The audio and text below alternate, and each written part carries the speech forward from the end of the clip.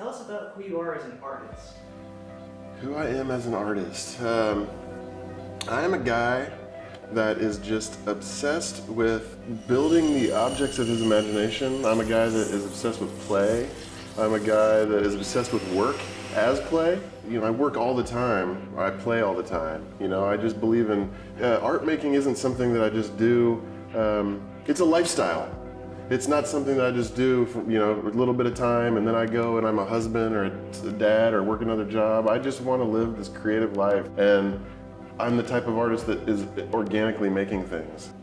I really remember being 16 years old, 17 years old in high school and having a talk with myself, like, you know, getting ready to go to college soon and what do I want to do with my life? And I was like, man, I really want to be an artist. I didn't know quite what that meant.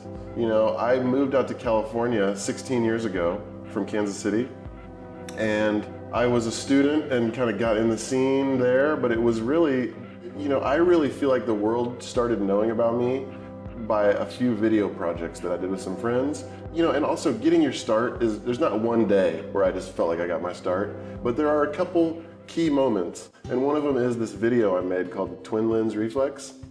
And I thought I was just making a fun video with some friends. And, you know, it's not a flying squirrel or a water skiing squirrel video, but it got like 100,000 hits. And it was the first, you know, I don't even know if that's considered viral, but for me, I just wanted to show a video to my mom, you know, and all of a sudden, it was just like my website was going off. People were asking me to be in shows, you know, so it was like that moment that I did that maybe 8 years ago, things started really taking off. The piece I just debuted on Friday night, I think, is another one of these pieces, man. I made in here at the Museum of Long Beach, where I've been doing a residency. I built a piece, a laser gun that shoots into the wall, and there's an explosion, and the gallery's on fire. And that's a pretty interesting concept, considering I'm usually just hanging rectangles on the wall or putting a sculpture on a pedestal. You know, and I've made this piece now that's like, it's a sculpture, it's a wall piece.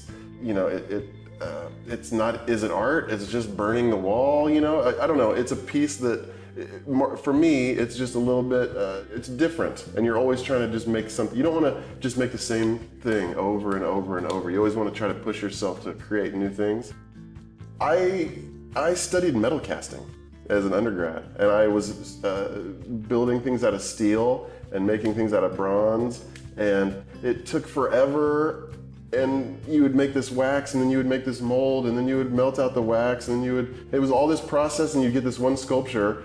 I want to see results, man. I want to see things happen quickly. When I just got out to California, I was freaking broke. And I was like, how do I make art without any money? Well, I could start using cardboard, you know, that's a stiff material. I could start building. I could draw a sewing machine, and then I could build it almost in the same amount of time. The X-Acto knife became the eraser, and I could just like, that's too tall. Now it's shorter. I like working with the community. I like working with other people to make things, and everybody knows cardboard. Everybody's touched cardboard, everybody's folded it, everybody knows how strong it is, everybody knows that some glue can stick it together. You know, it's an easy thing to it's not intimidating.